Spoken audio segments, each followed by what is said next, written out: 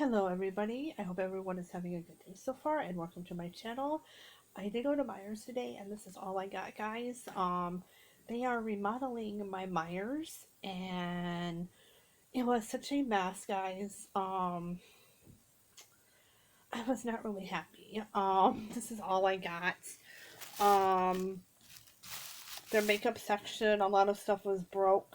A lot of their makeup was broke.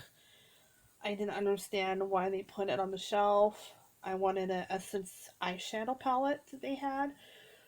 Both of them were busted.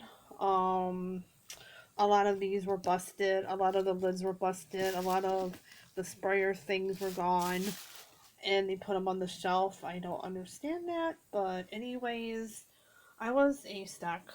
I did stock for 6 years. And if we would have done that at my store that I worked at, we would have gotten yelled at because you're supposed to throw that kind of stuff out if it's broken or busted.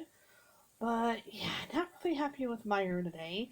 But I will be going to the Dollar Tree on Tuesday on my lunch break because I will be teaching down the street from it. So I'm really excited about Tuesday because I haven't been to the Dollar Tree in a while, guys.